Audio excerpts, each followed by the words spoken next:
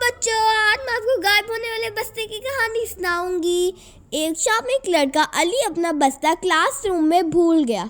जब सब बच्चे घर जा चुके थे तो अली वापस आया ताकि बस्ता ले ले।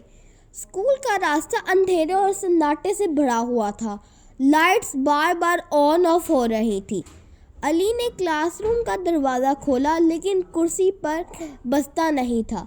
अचानक एक आवाज़ आई, अली, क्या तुम मुझे ढूंढ रहे हो? अली ने फौरन पीछे देखा। कमरा बिल्कुल खाली था, लेकिन बस्ता अब फर्श के दरमियान रखा था। अली ने डरते हुए बस्ता उठाया।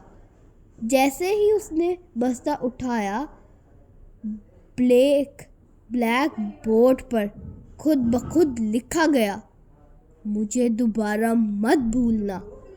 अली खौफ से भाग गया, मगर जब जाकर बस्ता खोला सब कुछ वैसा ही था।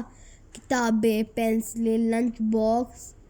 उस दिन के बाद अली ने कभी भी बस्ता स्कूल में नहीं छोड़ा, क्योंकि लगता था बस्ता अकेला रहना पसंद नहीं करता था।